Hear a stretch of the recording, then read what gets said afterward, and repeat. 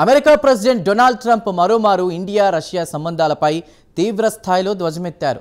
Putin Modi మధ్య వారి వ్యాపార సంబంధాల గురించి తాను పెద్ద పట్టించుకోనని అన్నారు. ఇక పుతిన్తో పాటు మోదీని లక్ష్యంగా చేసుకుని గురువారం నాడు తీవ్ర వ్యాఖ్యలే చేశారు. ఇరు దేశాల మధ్య వాణిజ్య లావాదేవీలను అస్సలు పట్టించుకోనని, ఈ రెండు చనిపోయిన ఆర్థిక వ్యవస్థలంటూ కూడా శాపనార్థాలు పెట్టాడు. మరోవైపు పాకిస్తాన్ను వెనకేసుకొచ్చాడు ట్రంప్. పాకిస్తాన్తో పలు వాణిజ్యపరమైన ఒప్పందాలు కూడా కుదుర్చుకున్నాడు. దీనికి పాక్ ప్రధాని షహబాజ్ షరీఫ్ ట్రంప్ను ప్రశంసలతో ముంచెత్తాడు. ఇటు పుతిన్ మోదీ ఒక జట్టు కడితే అటు ట్రంప్ షరీఫ్లు ఒక జట్టు కట్టడం గమనార్హం. మరి ట్రంప్ తాజాగా ఇండియాపై అక్కస్సు కట్టడానికి ఆ కారణాలేంటో ఇప్పుడు చూద్దాం.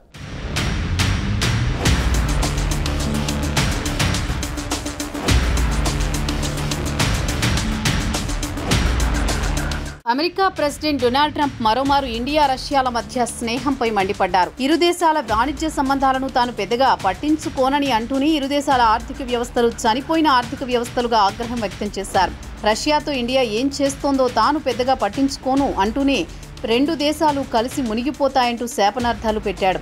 ఇండియాతో అమెరికాకు పెద్ద వ్యాపార లావాదేవీలు లేవన్నారు. వారి టారిఫ్ చాలా ఎక్కువ, ప్రపంచంలోనే అతిపెద్ద టారిఫ్ విధించేది ఇండియానే అంటూనే సోషల్ మీడియా ట్రూత్లో ఇండియాపై అక్కసు వెళ్లగక్కాడు. ఇక రష్యా గురించి ప్రస్తావిస్తూ రష్యా అమెరికాకు మధ్య ఎలాంటి వ్యాపార లావాదేవీలు లేవు, రష్యాను అలానే ఉంచుదాం. విఫలమైన మాజీ ప్రెసిడెంట్ మెద్వదేవ్ గురించి ప్రస్తావిస్తూ తాను ఇంకా రష్యా ప్రెసిడెంట్గా ఊహాలోకంలో విహరిస్తున్నాడు, అతడి మాటలు వినండి ఎంత ప్రమాదకరంగా ఉన్నాయో అంటూ మాజీ ప్రెసిడెంట్ మెద్వదేవ్పై మండిపడ్డాడు.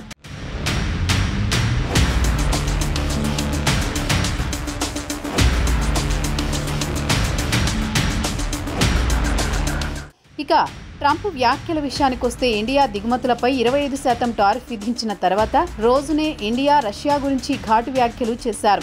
ఇక ట్రంప్కు రష్యాపై ఆగ్రహం కలగడానికి ప్రధాన కారణం రష్యా మాజీ ప్రెసిడెంట్ డిమిత్రీ మెద్వదేవ్ సోమవారం నాడు ఎక్స్లో ఒక పోస్టు పెడుతూ అమెరికా ప్రెసిడెంట్ ట్రంప్ రష్యాతో ప్రమాదకరమైన క్రీడ తెరతీస్తున్నాడని వ్యాఖ్యానించారు. ఇక ట్రంప్ ఇలానే వ్యవహరిస్తే అమెరికాతో యుద్ధం చేయాల్సి వస్తుందని హెచ్చరించారు. ట్రంప్ చేసే ప్రతి కొత్త హెచ్చరిక యుద్ధానికి దగ్గర అవుతుందని, ఒక యుద్ధం రష్యా ఉక్రెయిన్ మధ్య కాదు, నేరుగా ట్రంప్ సొంత దేశం అమెరికాతోనే యుద్ధానికి దిగాల్సి వస్తుందని ఎక్స్లో పోస్టు పెడుతూ హెచ్చరించారు. ఇదిలా ఉండగా ట్రంప్ సోమవారం నాడు మాట్లాడుతూ రష్యా ప్రెసిడెంట్ పుతిన్పై అసంతృప్తి వ్యక్తం చేశారు. తాను విధించిన 50 రోజుల డెడ్లైన్ను 10 నుంచి 12 రోజులకు కుదిస్తున్నానని, ఉక్రెయిన్ భూభాగం నుంచి తప్పుకొని ఒక ఒప్పందానికి రావాల్సిందిగా పుతిన్కు హెచ్చరించారు. ఇరు దేశాల నాయకుల మధ్య మాటల యుద్ధం మొదలైంది.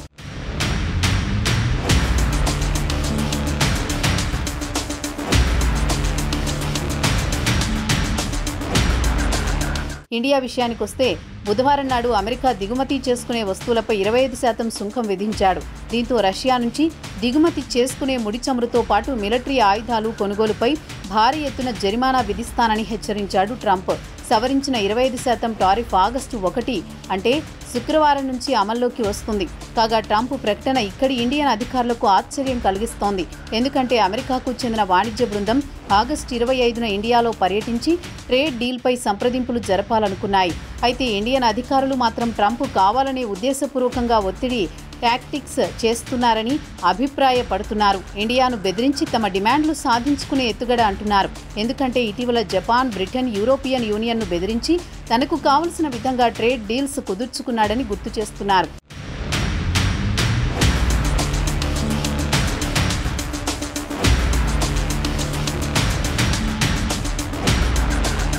ఇదిలా ఉంటే ఇదే ట్రంప్ పాకిస్తాన్లో వాణిజ్య సంబంధాలు మెరుగుపరుచుకుంటున్నాడు.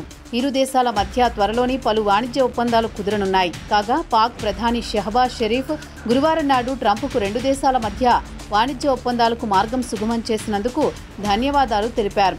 ఇదిలా ఉండగా ట్రంప్ బుధవారం నాడు తన సోషల్ మీడియాలో త్వరలోనే పాకిస్తాన్తో పలు ఒప్పందాలు కుదుర్చుకుంటామని చెప్పారు. పాకిస్తాన్లో భారీ ఎత్తున చమురు నిల్వలు ఉన్నాయన్నారు. ఇక పాకిస్తాన్ కూడా గత కొన్ని సంవత్సరాల నుంచి తమ దేశంలోని తీర ప్రాంతాల్లో పుష్కలంగా ముడి చమురు నిల్వలు ఉన్నాయని ప్రకటించింది. అయితే ఈ ముడి చమురు మాత్రం వెలికి తీయలేకపోతోంది. ప్రస్తుతం పాకిస్తాన్ దేశీయ అవసరాల కోసం మిడిల్ ఈస్ట్ నుంచి ముడి చమురును దిగుమతి చేసుకుంటోంది. అమెరికా ప్రెసిడెంట్ డొనాల్డ్ ట్రంప్ నాయకత్వానికి షరీఫ్ ధన్యవాదాలు తెలిపారు. గత రాత్రి వాషింగ్టన్లో ఇరు దేశాల మధ్య వాణిజ్య ఒప్పందాలు ముగిశాయని, దీంతో ఇరు దేశాల మధ్య మైత్రి మరింత బలపడాలని ఆశిస్తున్నానని షరీఫ్ సోషల్ మీడియాలో పోస్టు పెట్టారు.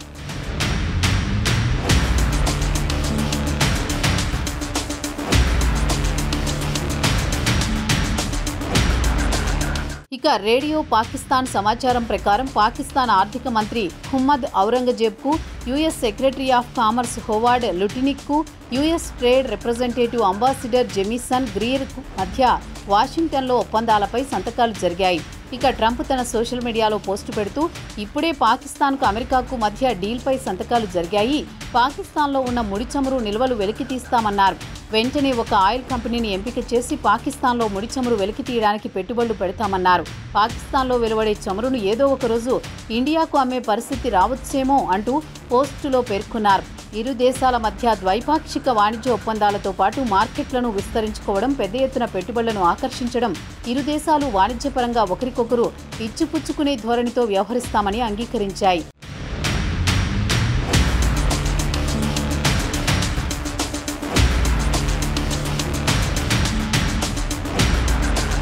ఇరు దేశాలు మధ్య కుదిరిన ఒప్పందం ప్రకారం పాకిస్తాన్ అమెరికాకు ఎగుమతి చేసే వస్తువులపై అతి తక్కువ పన్ను విధించాలని నిర్ణయించాయి.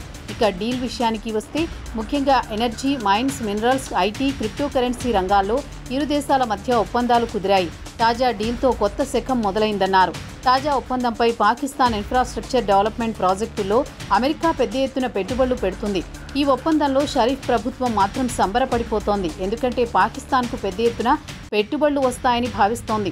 బుధవారం నాడు ట్రంప్ ఇండియా గురించి ప్రస్తావిస్తూ ఇండియా తనకు మిత్రదేశం, అయితే ఇండియా రష్యా నుంచి పెద్ద మొత్తంలో ముడి చమురును డిస్కౌంట్ ధరకు తెచ్చుకుంటోంది. ఆ డబ్బుతో పుతిన్ ఉక్రెయిన్పై యుద్ధం కొనసాగిస్తున్నాడు. అందుకే తాను ఇండియా రష్యా నుంచి దిగుమతి చేసుకునే చమురుపై అదనంగా జరిమానా విధించాలనుకుంటున్నాను అని చెప్పాడు. ఇక టారిఫ్ 25% పెంచడానికి గల కారణం గురించి వివరణ ఇస్తూ ఇండియా అమెరికా నుంచి దిగుమతి చేసుకునే వస్తువులపై భారీ ఎత్తున సుంకం బాదుతున్నారని మండిపడ్డారు.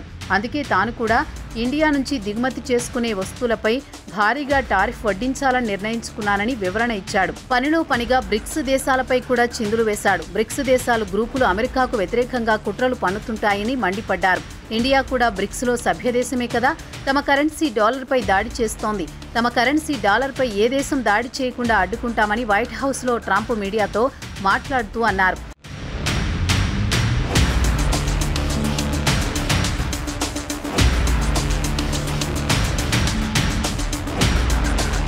ఇక ట్రంప్ విషయానికొస్తే ఇటీవల కాలంలో ఇండియాపై ఆగ్రహంతో ఊగిపోతున్నాడు.